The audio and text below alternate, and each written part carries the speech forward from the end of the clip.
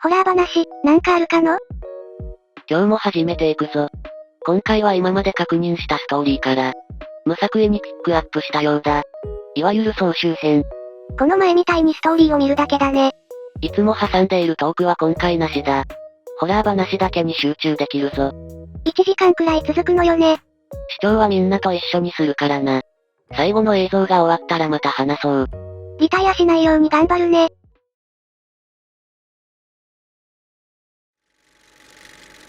山口県下松市に住んでいたんだけど、地元から100キロほど離れ、心配ではあったものの、趣味のつながりで男女含めた友達が数人で来ていたので、よくその友達らと新スポ巡りをしていたのです。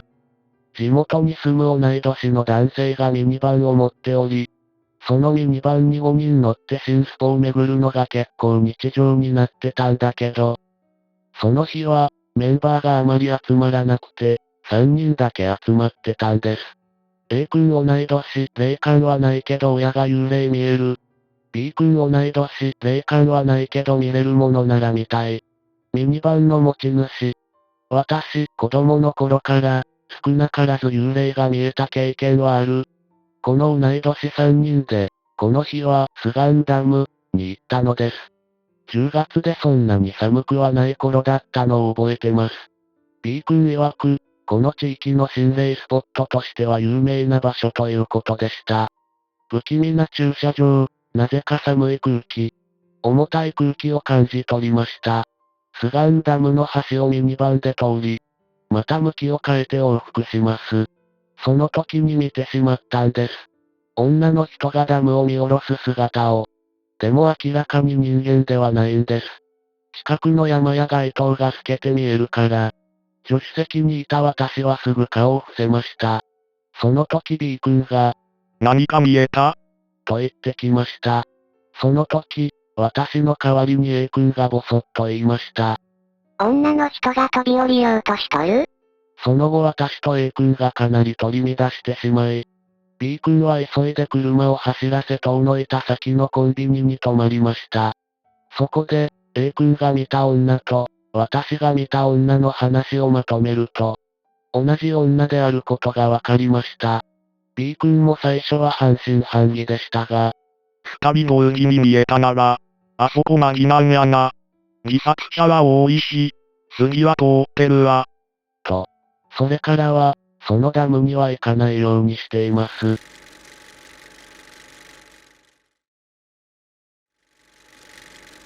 私が中学生の頃、近くに廃墟がありました。3階建ての大きな古い建物で、何かのようだったらしく、私たちの間では、よう、と呼んでいました。その頃、深夜に家を抜け出して懐中電灯を持ち、寮を探索することが流行りました。いわゆる肝試しです。同じようなことをしている人が多いらしく、寮はガラスが割られていたり、ドアがけ破られていたりと荒れていました。サバイバルゲームをやる人も多いらしく、床にはエアガンの弾が散らばっていました。ある日の夜、いつものように家を抜け出して、仲間と合流をして寮へ向かいました。懐中電灯を照らして探索をし、私が先導して進んでいきます。途中で部屋を開けて中を覗き、スリルを味わっていました。1階の一番奥の部屋へたどり着き、ドアを開けようとして、ドアノブを持ったその時、私は悪漢に襲われました。何かわからないけど寒気がして気持ちが悪くなり、私はうずくまりました。こんなことは今までありません。どうしても具合が悪いので仲間に心配されて、その日は寮を出ることにしました。その悪漢は帰宅してからも止まりませんでした。しかし次の日には寒気はなくなり、普段通り学生生活を送っていました。寮へ行った1週間後くらいに、父親と運動靴を買いに行きました。そしたら一緒に寮に肝試しに行く友人にばったり遭遇しました。彼は私に耳打ちをしました。寮で死体が発見されたらしいよ。私はびっくりしましたが、確かに人目につきにくいので、そういった事件が起こってもおかしくありません。新聞にも掲載されていました。どうやら誰かが男性を殺害して、寮に死体を隠したようです。仕事岡が経過したところで発見されたと、記事には書いてありました。噂によると警察が悪さをしている少年たちが、その寮に出入りしていることを聞きつけ、見回りをしていたところ発見されたようです。それから学校の話題はその話で持ちきりでした。そしてよくよく考えてみると、仕事岡ということは、私たちが寮に肝試しした時には死体があったということになります。そう考えるととても怖くなりました。次第にその話題も去っていき、事件から1ヶ月が経った頃、仲間たちでまた懲りずに寮へ肝試しに向かいました。死体があったということでさらに怖さが増します。いつものように侵入して、歩いていきました。なんとなく歩いていたら、1階の一番奥の部屋の前に来ました。こないだおかんがした場所です。興味本位で入ってみましたが、今回はドアノブを持っても、こないだのようなおかんはしませんでした。その部屋に入ってみると中には何もありません。それでも懐中電灯を照らしながら進んでいくと、床に何か白いものが見えました。近づいてよく見ると、白いテープのようなものが貼られています。そしてそのテープは、人の形をかたどっていました。私はゾッとして声が出ませんでした。仲間たちもそのことに気づき、私たちはその場から逃げ出しました。あの日、私がおかんがして開けられなかった1階の一番奥の部屋。そのドアのすぐ向こう側には死体があったのです。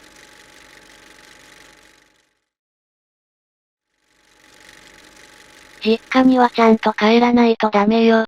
飲み屋で隣の席に座った K さんは、私にそう忠告した。痛いところを突かれた私が、何かあったんですかと尋ねると、こんな話を聞かせてくれた。K さんの学生時代は勉強漬けというよりも実験漬けの日々だったそうだ。入学と同時にそれぞれの班に割り振られ、与えられた課題を気が遠くなるほどあらゆる角度から実験し、得られた数字をもとに天文学的な枚数の論文を仕上げる。入学からの4年間、そんな生活の繰り返しだったそうだ。平日はひたすら実験の毎日で、休日には過去の論文を読み漁るという生活を送っていた K さんには、とても帰省する時間など持てなかったという。それでも、週に一度は連絡をするという約束を、最初の頃は守れていたという。しかし、怒涛の日々に押し流されるうちに、連絡を入れる間隔は徐々に開いていき、1回生の終わり頃にはその約束すら忘れてしまっていた。そんな K さんが生家に再び顔を出したのは、家を出てから実に3年が経った頃だった。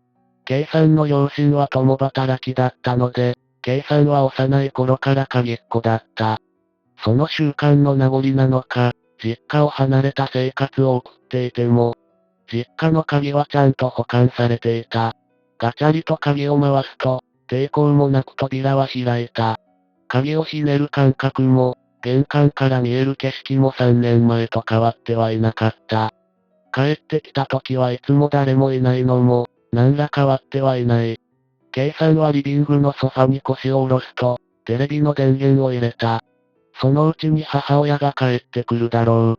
そして、夜も更けた頃に疲れた父親が帰ってくるはずだ。K さんはテレビから聞こえる賑やかな声を聞きながら、いつの間にか寝入ってしまったという。誰？女の声が聞こえ、K さんは目を覚ました。いつの間にか日はかなり沈み込んでおり、明かりをつけていなかった部屋の中は、薄ぼんやりとした視界が広がっている。テレビはいつの間にか消えていた。K さんが振り返ると、部屋の扉の前に、女が立っているのがぼんやりと見えた。しかし、どう見ても母親の姿ではない。K さんは反射的に立ち上がり女を正面に見据えた。女は驚いたように目をこわばらせているが、取り乱した様子はなく、落ち着いた声で再び、誰？と尋ねてきた。女の傍らからは、小さないがぐり頭と2つの目が見え隠れしている。背後に子供が隠れているようだ。誰なのかね。今度は男の声がした。女の背後、扉の奥の暗闇から痩せギスの男が出てきて、女の隣に並んだ。その後を追うように、小さな子供が5人、小走りで部屋に入ってきた。女の背後に隠れていた子供も姿を見せ、横一列に6人が並んだ。皆一様にいがぐり頭をしてる。誰？女が一歩踏み出してきた。と同時に K さんの意識が途切れ。次の瞬間には、仏まで正座していたという。K さんの正面には、膝を突き合わせるように女が正座していた。その隣には男と6人の子供の姿もある。日はさらに沈み、ほとんど視界の効かなくなった部屋の中では、それぞれの足元がわずかに見えるだけで、表情は墨汁を垂らしたように黒く沈んでいる。誰？怯える K さんにとどめを刺すように、女の声が聞こえた。何よりも怖かったのは、その後も意識が飛んでいったりしなかったことね。K さんは正座したまま10分ほど耐えていたそうだ。しかし、時間が止まったように事態は動かず。耐えかねた K さんは叫びながら玄関を飛び出し、隣家に助けを求めたという。警官と共に家へ戻った時には、誰もいなかったそうだ。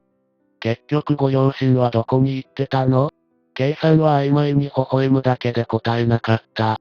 人づてに聞いたところによると、K さんの両親は現在行方不明になっているのだという。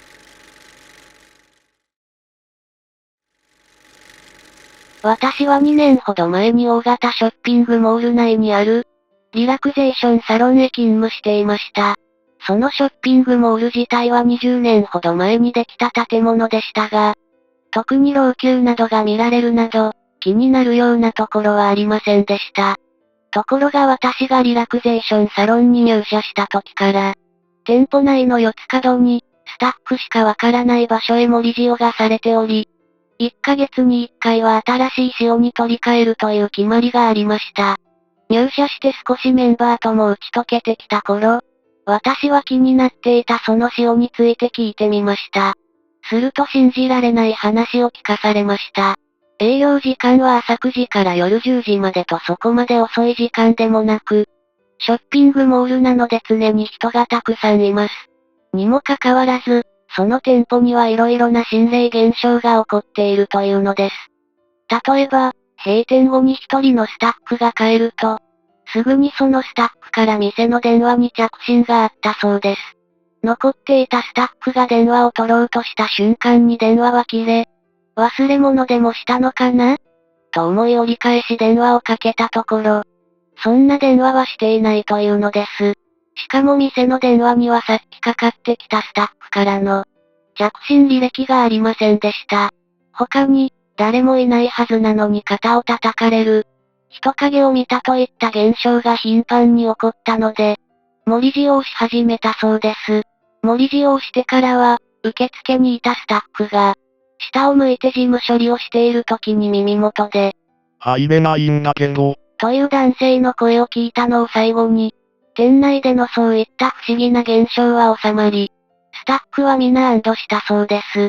ところが私が勤務中にも、一度だけおかしなことが起こりました。店は営業時間真っ只中で大忙し、スタッフは私以外全員手術に入っている時のことです。私はスタッフルームでオイルの補充などを行っていました。すると手術中のスタッフたちが、はい、と突然返事を言い、その中の一人が受付に向かっていきました。本来ならお客様が来たのであれば、手術に入っていない私が真っ先に受付へ行くべきなのですが、私にはお客様の声が全く聞こえませんでした。焦って受付に向かいましたが、先に受付へ向かったスタッフは、首をかしげながら戻ってきたのです。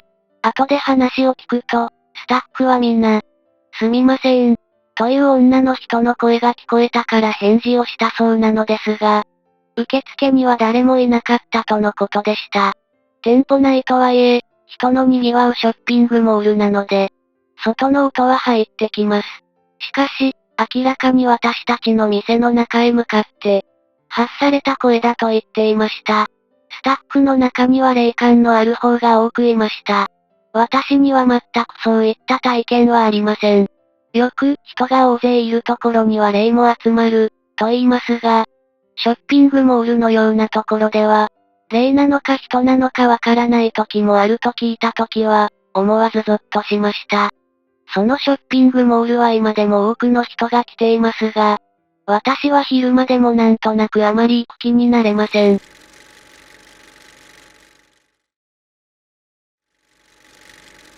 これは私が実際に体験した話で、当時私はホテルのプランナーをしていた。10月に結婚する新郎のお父さんが亡くなり、お通夜に行った帰りのことだ。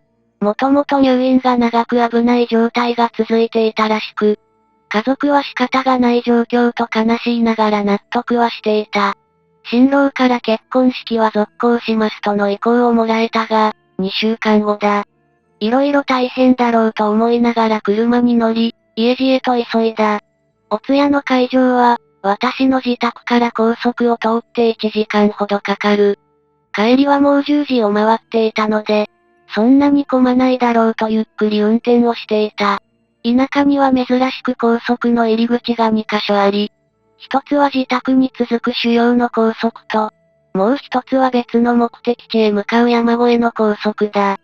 そのことは知っていたが、うっかり乗り間違ってしまった。バックはできないし、まあ遠回りだけど、帰れないことはないのでいいかと思い、そのまま高速を走った。しばらくは対向車もほとんど見かけない高速道路を走り、一般道へ降りると漫画であれば、シーンと文字が出てきそうな静けさだ。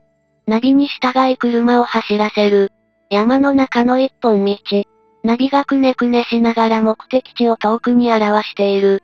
どんどん進んでいくうちに、道幅が狭くなり、小さな私の車がやっと通るくらいまでになり、車の片側は山肌の雑草をこすり、ガサガサ言っている。そして反対側は崖。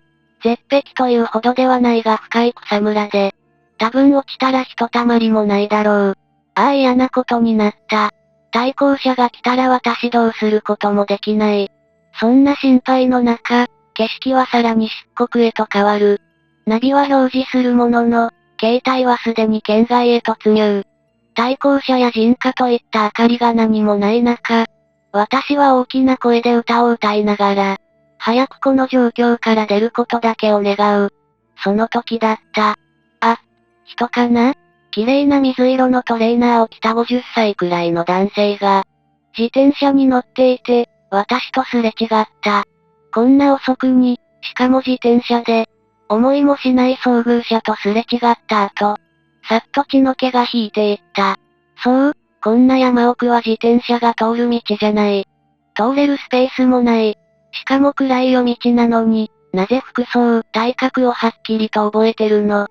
どうして目に焼き付いてるの？もうどうしていいかわからない。誰か助けて。早くここから出して。そんな時、犬の鳴き声が、ワン、と低い声で2度聞こえた。アクセルの下あたりから聞こえた。車に犬なんかいない。でも確かに犬の鳴き声が、何かを威圧するかのように聞こえてくる。右足の方からだ。しかし不思議と、あまり怖さがない。それよりもあの水色の人を見た記憶で、頭の中はいっぱいだった。しばらくすると街の明かりが見えてくる。そして道が下降して幅も広くなっていく。ああやっと出れる。助かった。通常の道になって携帯もつながり、私は3倍の時間をかけ自宅へ戻った。ベッドに入り今日のことを考えたが、あんな場所に絶対人はいない。いるはずがない。もしかしてあの人は、新郎のお父さん？私に挨拶しに来てくれたの？しかし姿ははっきり見たものの、顔だけがぼやけていて思い出せない。そしてあの犬の鳴き声。全然恐怖がなかった。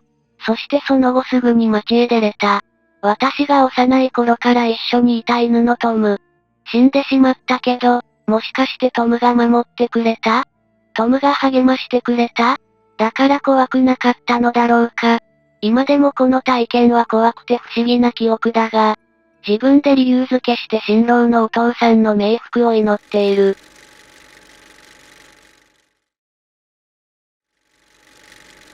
これは、私が15年前に経験した旅行先での出来事です。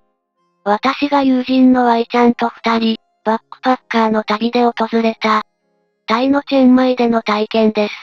当時は今ほど宿泊予約サイトがメジャーではなかったので、バックパッカーたちの旅の手始めは、宿探しと決まっていました。実は、私がチェンマイへ来たのは今回で2度目。1度目は半年前のことで、その時に泊まったゲストハウスを拠点として、夜市の場所や主要観光場所なんかが頭の中に入っていたし、前回一人でチェンマイへ来た時に宿泊した N ゲストハウスは、立地もいいし割安だからそこにしよう。と、空港に到着する前の機内で Y ちゃんへ提案し、すんなり同意をもらっていました。当時の N ゲストハウスの料金は、エアコン付きダブルベッドの部屋で1泊1500円くらいでした。部屋にはベッドの他に、テーブルセットとソファー、テレビと小さな冷蔵庫も完備されていて、2人分の荷物を置いても十分な広さでした。壁の汚れや古臭さを気にしなければ、シャワーを浴びて寝るだけと思ったら、かなりコスパが良いです。Y ちゃんも部屋の広さやバスルームをチェックした後、これで一人750円ならいいね。と喜んでくれていました。私たちは早速いくつかの寺院へ観光に行った後に、夜市で屋台飯を堪能、買い物を満喫して、一日の締めにと、ローカルなバーで現地人おすすめのアルコールを飲み、一日を終えました。その夜、飛行機移動の疲れと、チェンマイ1日目を大満喫した私たちは泥のように熟睡しました。翌日の朝7時頃だったと思います。私はお笑い芸人のステージを見に来ている夢を見ていて、その内容があまりにも面白おかしかったのです。ガハハハハハ。大笑いする自分の声で、目が覚めました。いくら仲良しの Y ちゃんでも、おならを聞かれたのと同じくらい恥ずかしい。どうしよう。同じベッドで寝ている Y ちゃんが目を覚ましていないかと焦って確認しました。すると、Y ちゃんが私を見て微笑んでいるんです。ああ、ごめん、起こしちゃったねー。私も自分の笑い声で起きちゃって。Y ちゃんはさっきと同じ微笑みで私を見ているだけ。え？怒ってる？あれ？何かがおかしい。私は何かを確認するためにもう一度、Y ちゃんの方へ向き直してしっかりと彼女を見ました。Y ちゃん？違うじゃん。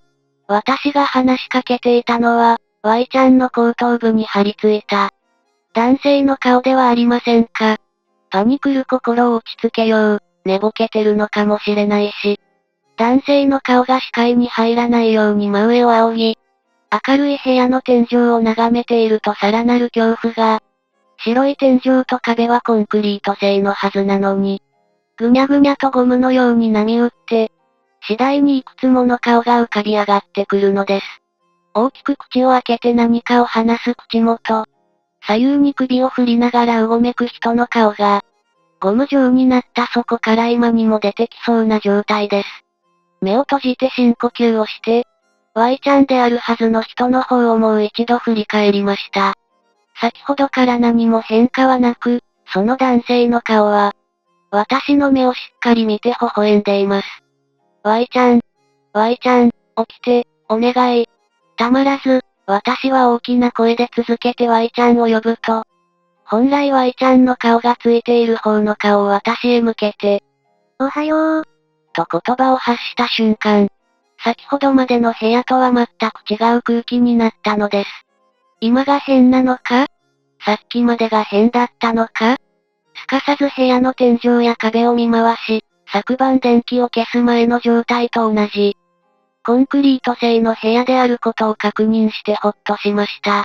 私は今朝の出来事を Y ちゃんに告げず、気になるゲストハウスがあるから、移動しよう。と提案して、宿泊先を変更しました。チェックアウトしようと、荷造りをする Y ちゃんに、水を買ってくると言って、私は下の階へ行き、ゲストハウスのスタッフへ今朝の出来事を拙い英語で話しました。私の話を聞いている間の男性スタッフの顔は何か知っている様子でした。彼は私の話が終わると重い口ぶりで、数年前に、このゲストハウスで20代の南米の男性が、ドラッグの過剰摂取で亡くなった。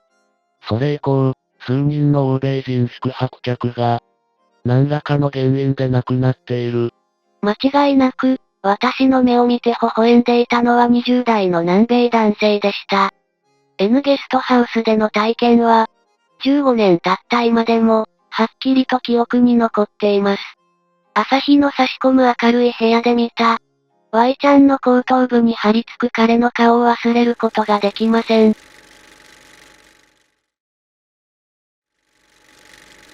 これは私がまだ高校生の頃の話です。母が霊感のある家系だったためか。私は昔からよくその類のものを見たり、感じたりしていました。この体験もその中の一つです。当時、我が家では夜食をよく食べており、それは外食というのがお決まりでした。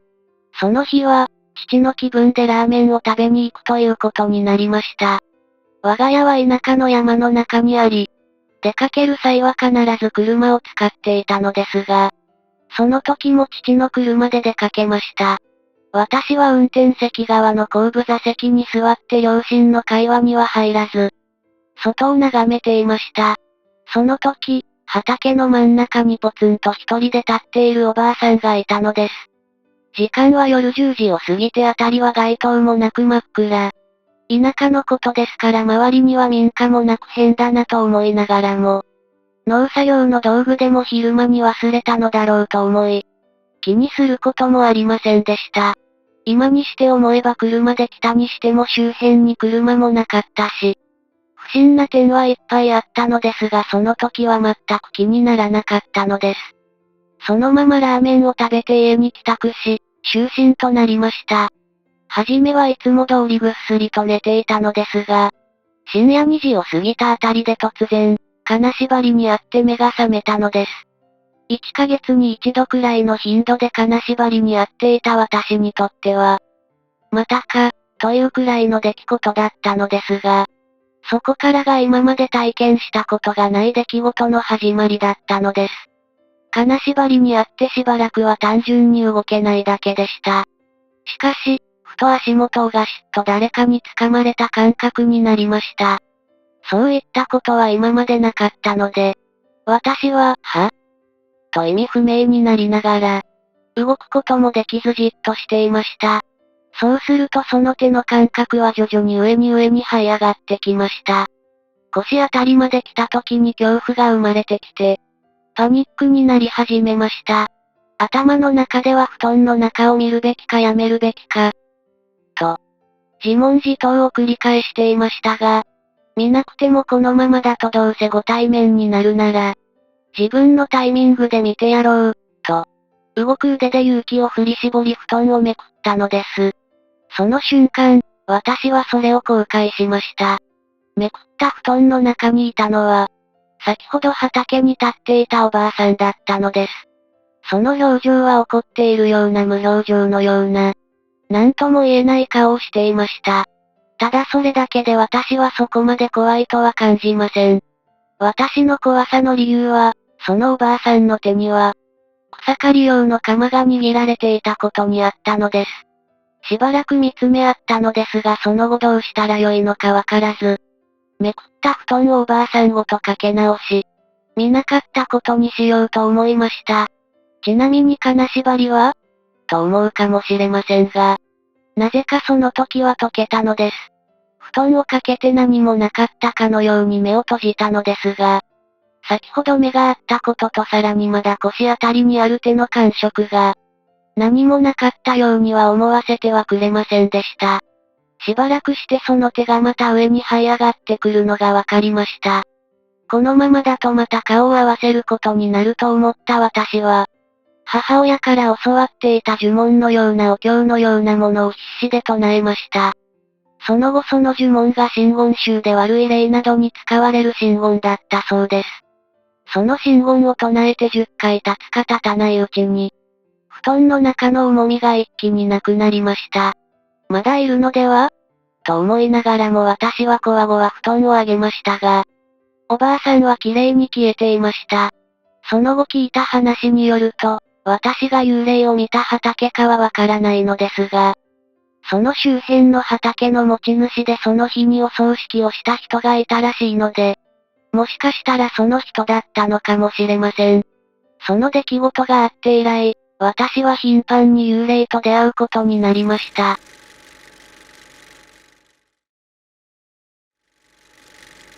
学生時代に友人と一緒にサーフィンへ行った時のことです。私たちが住んでいる地域には、サーフィンができるような波のある海がなく、遠方へ車で行かなければなりませんでした。早朝から海に入れるよう深夜に出発し、学生でお金がなかったので有料道路を極力使わずに、時間をかけていくのが私たちの楽しみ方でした。その日も大阪へ深夜に集合し、友人2人と私の合計3人で行くことになっていました。ところが当日になって、友人の分のサーフボードも預かっていた子が行けなくなり、彼女の京都の下宿先まで寄ってから海に向かうことになりました。土地勘のない場所に行くため、カーナビをセットしてから、彼女のところへ向かいました。ナビの言う通りに向かうと下宿先まではすんなり到着。無事にサーフボードを受け取ってから、もう一度カーナビをセットし直しました。ボードを積んで、やっと海へ出発です。深夜ということもあってテンションも上がり、バイトの愚痴や恋バナ、家族のことなど何気ないことを話しながら、友人の運転で車を走らせていました。そしてしばらくすると、田舎で真っ暗な道の真ん中に、大きな鳥居が見えました。友人と、普通の道に突然鳥居が現れるなんて京都らしいね。でもちょっと怖いね。と言いながら、車で鳥居をくぐりました。するとまた前方に同じ鳥居が見えました。あれ、同じところに出てきたね。と友人が言います。ナビの通りに進んで行っていたはずだったのですが、どこかで間違えたのでしょうか。もう一度同じ道を通ることになってしまいました。そこで次はナビの指示とは別の道を通り、とりあえず広い道路に出ることにしました。違う道に出てまた喋りながら走っていると、友人が突然、ちょっと寒気がするから冷房切ってもいいと言い始めました。私は寒くはありませんでしたが、冷房を切りました。しばらくすると車内はすぐに暑くなっていきました。真夏ですから、冷房をつけないのはなかなか酷です。友人の顔を見ると汗が流れていました。暑くなってきたね。冷房もう一回入れようか。と言うと友人は、寒い。と一言。体調悪いのと聞いても、大丈夫だ。と言います。何か違和感を感じながらも、そのままにして、車はさらに走っていきました。すると、前方にまたあの赤い鳥居が見えました。全く違う道を、それも随分長い距離を走ってきたはずなのに、同じ鳥居が目の前にあるのです。友人は運転席で真っ青な顔になっています。そして、それまで異様なくらいに熱気に包まれていた車内が、なぜかとても寒くなっていることに気づきました。冷房は入っていません。鳥肌が立ち、歯がカチカチ言うほど、冷たい空気が車内に充満していきました。一度車を止めて窓を開けると、やっと少しずつ元の空気に戻っていきました。私たちは怖くなり、次は鳥居をくぐらずに、車をバックさせて適当なところで U ターンしました。その後は鳥居が出てくることはなく、車内の温度も変わることはありませんでした。しかしなんとなく嫌な空気を背負ったまま海に行くことになってしまい、私たちは気分が上がりませんでした。そして、サーフィンをしようと海に入ると、普段はそんなことは起こらないのに、リーシュコードが外れてしまった人のサーフボードが直撃したり、クラゲに刺されたりと小さな不運がたくさん起こりました。極めつけは帰り道。運転を交代しながら帰っていましたが、私が助手席で打とうとしていると明らかに車が、反対車線に寄っていっている感覚が、まさか友人が居眠り運転をしているのかと思い、慌てて運転席の友人を起こそうとすると、なんと目を見開いているのです。ぼーっとどこか一点をじっと見つめながら、ハンドルを握る様子は普通ではありませんでした。幸いにも名前を呼びながら肩を叩くとすぐに意識が戻ってきて、事故に遭うことはありませんでした。後から聞くと、その数分間の記憶が全くないと言います。それ以来、京都を経由してサーフィンに行くことはなく、鳥居のそばにも行っていません。あの鳥居は何だったのか。あの一日私たちに起こった、数々の不運は鳥居と関係しているのかわかりませんが、思い出すと今でも怖くて仕方ありません。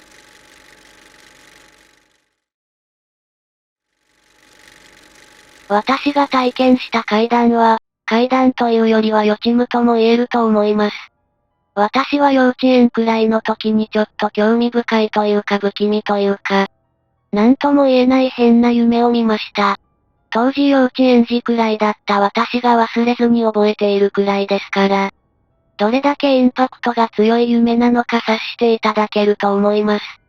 その夢は、なぜか私が小学校に通い始めてから、毎日通る通学路の一部が背景になっていました。その道には竹やぶと墓地があり、当時幼かった私はできれば一人で通りたくない場所でした。夢の中ではそこで誰だかわからない人の葬式が行われていて、私は参列者の一人のような感じでした。ただ、その夢で一番インパクトが強かったのはお墓や葬式ではありません。私が一番忘れずに覚えていたのは、その当時は誰だかわからなかった夢の登場人物です。その人は車椅子に乗った中年くらいの男性でした。顔をはっきり覚えていて、なぜかずっと忘れられませんでした。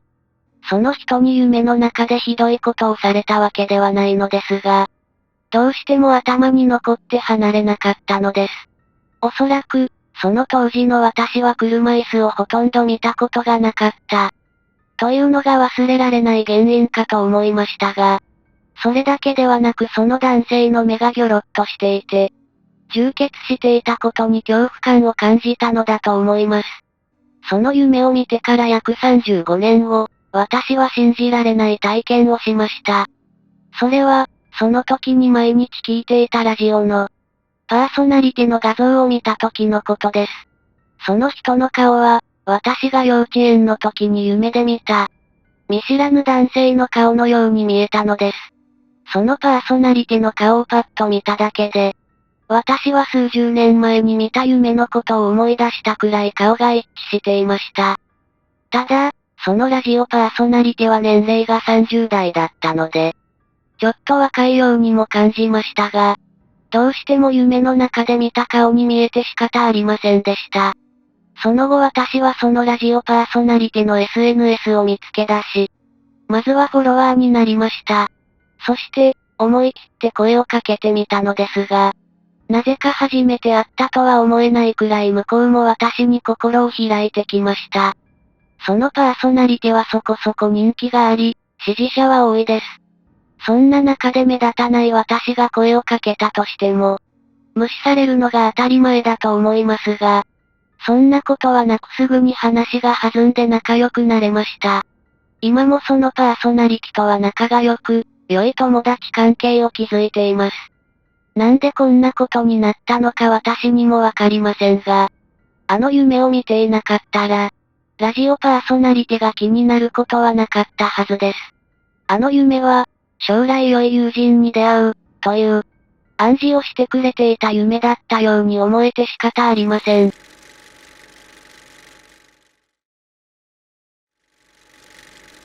私は小さい頃から父が好きで、どこに出かけるにも後を追っていました。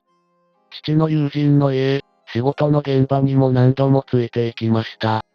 そんなある日、私が小学生の頃、家族全員で出かける用事がありました。私、両親、父方の祖父母、父の姉の6人は、大きな車に乗っていくことにしました。行き先は片道に3時間かかる場所で、峠道をいくつも越えていかないとたどり着かないとこでした。目的地に着き、用事を終え、自宅に向かい峠道を走ってる最中でした。突然、運転していた父が路肩に車を止めて、後ろタイヤ、パンクしてるな。とみんなに伝えました。祖父と父が確認しに外に出て行きました。すぐに戻ってきて、ダメだな。と言いました。スペアタイヤはありませんでした。場所は峠の途中で民家はなく、街灯も数本程度しかないところです。当時はスマートフォンなどはなく、外出先から連絡を取るには公衆電話しかありませんでした。この先どうするのか、話し合いが始まりました。10分くらいで、ある結論が出ました。父がこの先にある休憩所まで歩いて行き、そこから他の身内に連絡をして迎えに来てもらうというのです。確かにこの先、トンネルを2、3カ所過ぎたところに、休憩所があるというのは小学生だった私でもわかっていました。父が出て行こうとした時に、俺も行く、と言いました。暗い山道を歩いていくのは少し怖かったが、父と離れたくないという思いの方が強かったのです。危ないからダメ。と何度も言われましたが、行く、と私は一歩も引きませんでした。父が、ため息をついて、いいよ、行こう。疲れたらおぶるから大丈夫。と言ってくれました。二人で外に出て、ゆっくり歩き始めました。歩き始めはヘッドライトの明かりで照らしてくれてましたが、カーブを曲がるとその先は真っ暗に、徐々に目が慣れていき、数本ある街灯を頼りに歩き続けました。歩きながら私は疑問に思うことがありました。夜で山道だけど、車が全然通らないな。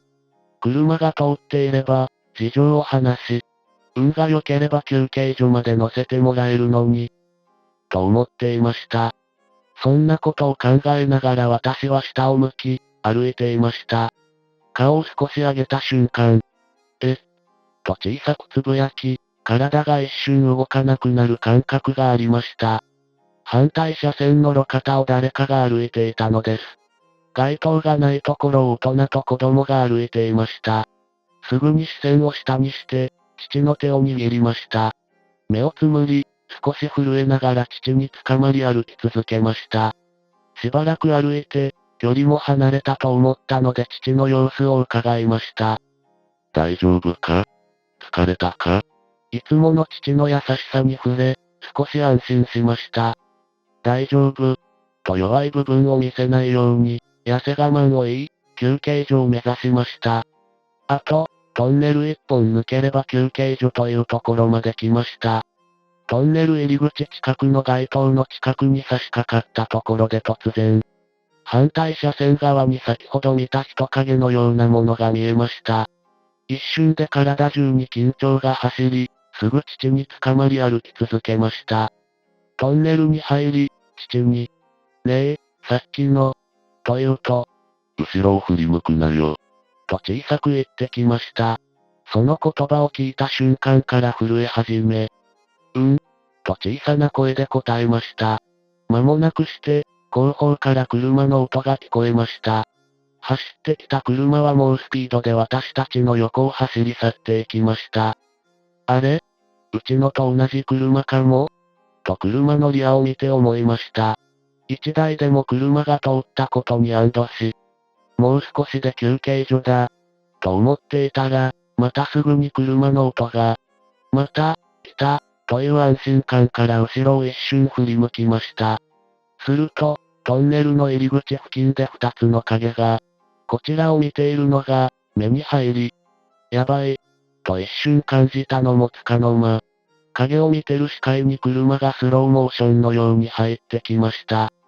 その後、私の視線は影よりも車の車内に釘付けになりました。その瞬間、何も考えられませんでした。なぜなら、通り過ぎていく車の車内では、パンクした車に残っているはずの家族が笑っていたからです。しかも、全員同じような顔で大きく口を開けて爆笑していました。真横を通り過ぎるとスローモーションだった動きが通常に戻り、車は走り去っていきました。トンネル内で呆然とする、私と父。そこで初めて、父も同じ光景を見たんだと感じました。無言の時が流れ、とりあえず、行こう。と休憩所まで私をおぶって歩き始めました。私は、何が起きたのか、何を見たのか、同じ顔をした家族の笑顔は何だったのか、考えていました。もしかしたら、パンクが治ってこの先の休憩所で待ってるのかも。笑ってたのは、俺たちを見て、ふざけてたんだ。と勝手に解釈していました。間もなくして、そんな幻想は打ち砕かれ、現実を突きつけられました。休憩所に到着したが、車なんてない。待っているはずの家族がいない。何も考えられず、父の背中でうずくまっていました。父は他の身内に連絡をし、迎えに来てもらうようにしてくれました。数十分後に迎えが来てくれてからは記憶はあまりありません。車に乗せてもらい、家族の元に向かっている途中で寝てしまいました。数十年後、身内で集まるとき、たまにその話題が出ます。父や他の家族は狸か狐に騙されたんだと、笑いながら話しています。令和になった今の時代では考えられないような出来事でした。みんなは笑って話をしてるが、私は忘れることはない。同じ顔で、大きく口を開けて笑っていた、家族の笑顔を。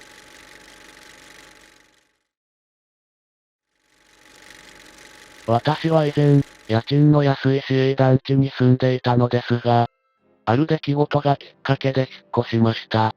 今回はその時の体験談をご紹介します。市営団地の2階に私は住んでいたのですが、1階住民に普通じゃない方がいたため、よくトラブルを起こしていました。その1階住民というのは、70代の老婆と40代の娘さん、2人暮らしの部屋です。詳しいことはよくわかりませんが、どうも精神疾患を患っていたらしいんですね。2人とも仕事はしておらず、生涯年金で生活してるということでした。そのためなのか、普段からこの2人の行動は、常軌を逸していると近所でも有名でした。私が開花の老婆とよく衝突したのが、騒音問題です。まあマンションだとこれはあるあるだと思いますが、この老婆は物音にかなり異常だったんですよね。一応こちらも迷惑をかけては悪いと思って、必要以上の音を出さないように気をつけてましたが、老婆にとっては耐えられない騒音だと感じたようです。ドアをどんどんどんと叩いて乗り込んでくることも多々ありました。私だけでなく隣の住民相手にも同じように、ドアをどんどん叩いて乗り込んだりもしていました。その異常さは、他の住人から、あんなのが下にいて大変だねと同情されるほどでした。また私が表を歩いていると、窓からこちらを、じーっと見つめていることもよくありました。何かされるというわけではありませんでしたが、見られているというのは不快な感じがするものです。ところがある日、この老婆と娘が急にいなくなったんです。私だけでなく近隣住民の方たちへの報告も一切なかったようで、ある日気づけば部屋はもぬけの殻だったそうです。何があったのかは知る由もありませんが、報告を受けた私は、トラブルの元が減ってよかった、と少し安心していました。それから下の部屋には誰も入居していない状態が続きました。そんなある夜中、睡眠中にドアをどんどんどんと叩く音で目が覚めました。寝ぼけていたのと昔の習慣とで、またあの老婆が怒鳴り込んできたか、と思いドア前まで行きました。しかしドアのスコープから覗き込むも、ドア前には誰もいません。あれと不思議に感じつつベッドへ戻り、寝ます。するとまたドアをどんどんどんと叩く音で目が覚めるんですよね。この時にやっと、そういや階下には誰も住んでないし老婆もいない、と思いました。目覚めてすぐにドアを叩く音は止んでましたが、一応先ほど同様ドアスコープでドア前を覗きます。やはり誰もいませんでした。こんなことが続くうち、ドアを叩いてる時に、老婆の声が聞こえるようになったんです。また戻ってきて嫌がらせをしに来てるのかと思うものの、やはりドア前に人はいません。そのうち私が自宅で入浴してると、お風呂のドアをどんどん叩かれるようにもなりました。老婆の声も聞きました。当然玄関のドアには鍵がかかったままで、誰も侵入できるはずはありません。部屋にも誰もいません。こういった出来事が続き、眠れなくなった私は体調を崩してしまいました。そんなことが続いたある日、外出した際に老婆がいた1階の窓を見てみると、なんと老婆がいたのです。ですが次の瞬間、姿は消えていました。遠目だったので私の見間違いだったとは思うのですが、確かに見たような気がします。もちろん1階には老婆どころか、誰も住んでいない状態です。ここでやっと、老婆はもうこの世のものではないかもしれん、と悟りました。身の危険を感じた私は、引っ越して逃げました。引っ越し後、ドアどんどん攻撃はありません。ですが、宅配便の人らにドアをノックされると、今でも嫌な汗が流れます。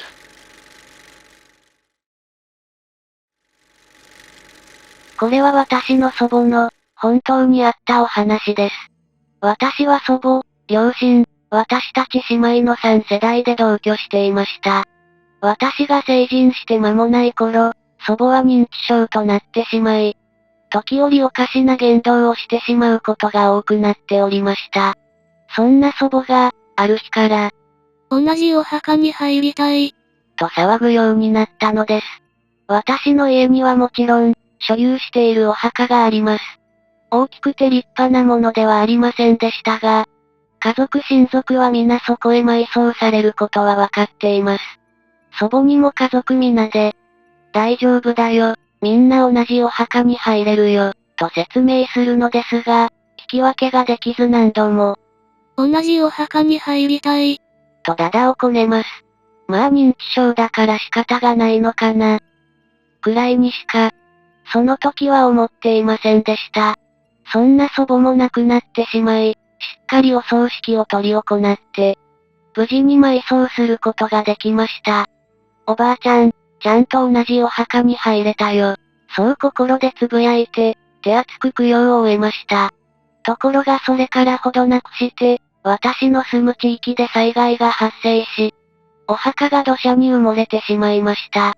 復旧作業が行われたものの、お墓はどうすることもできず、仕方なしに別の場所へ新しいお墓を購入することになったのです。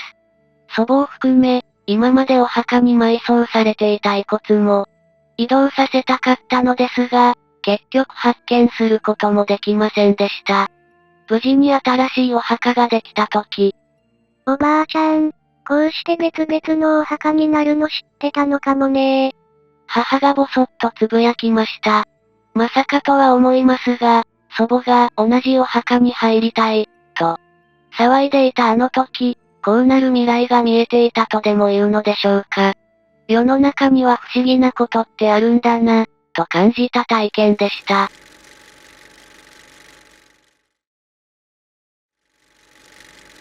僕が初めて働き始めた介護施設で、実際に体験したことを話そうと思う。とある介護施設の介護補助アルバイトとして、働いていた僕は、初めて働く職場だったこともあり、毎日がわからないことだらけで、心身ともに疲れていた。当時、この介護施設に入所していた。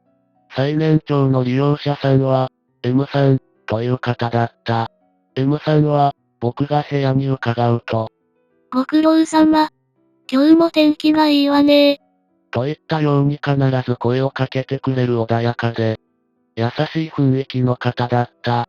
月日が経つにつれ M さんは挨拶だけではなく、昔の思い出話や家族の自慢話などを、話してくれるようになっていた。M さんと話をしている間は、仕事の疲れを忘れることができた。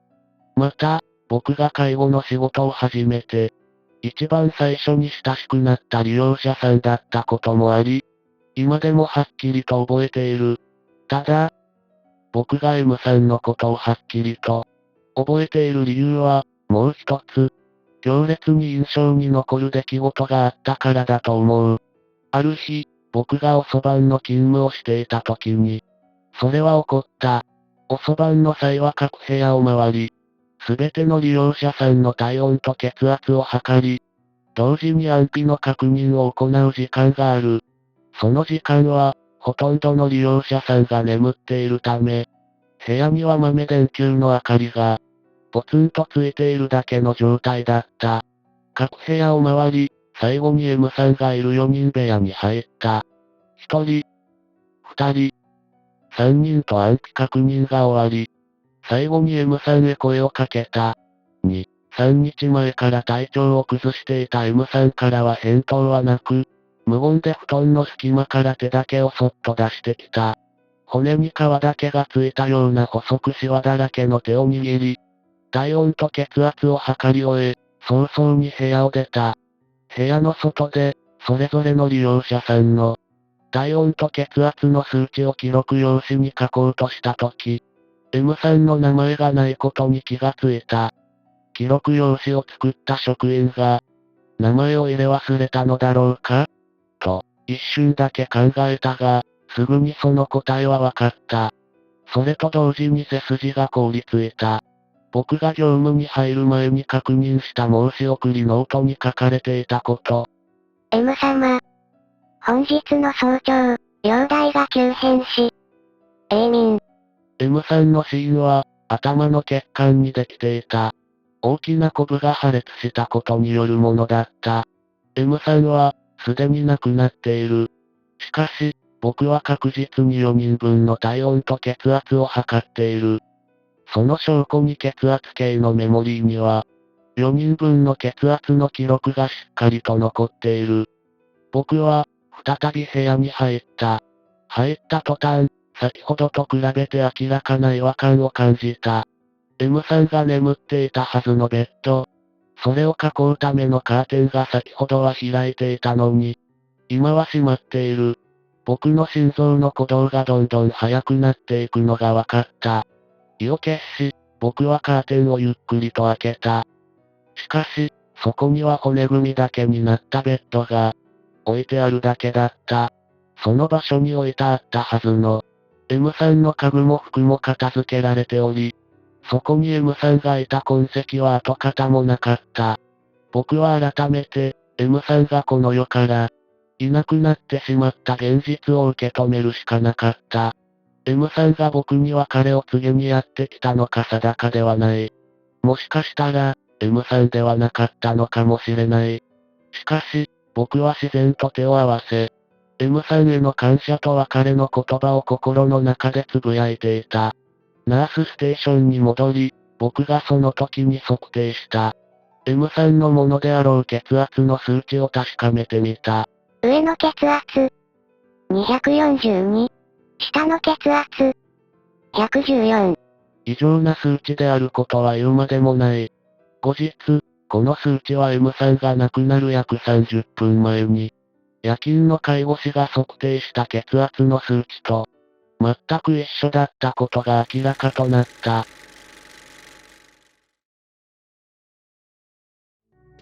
以上、過去の映像から13本。ここからはトークのフェーズだ。もう1時間くらい経つんだね。だいぶ冷えちゃったよ。今回の60分ノンストップはどうだった？前に見たものとは言っても、身構えちゃうのは変わらないよ。いい加減慣れても良さそうなもんだけどな。いろんなジャンルのホラー話を見るんだから。耐性がつかないものなのか？怖いことには変わりないからね。同好会のみんながいるから一緒に聞けてるだけで。まあ、怖がらなくなったらカノンらしさがなくなるか。一緒に見てくれてありがとう。また次の総集編もお楽しみに。それじゃ、今回の活動はここまで。気をつけて帰ってねー。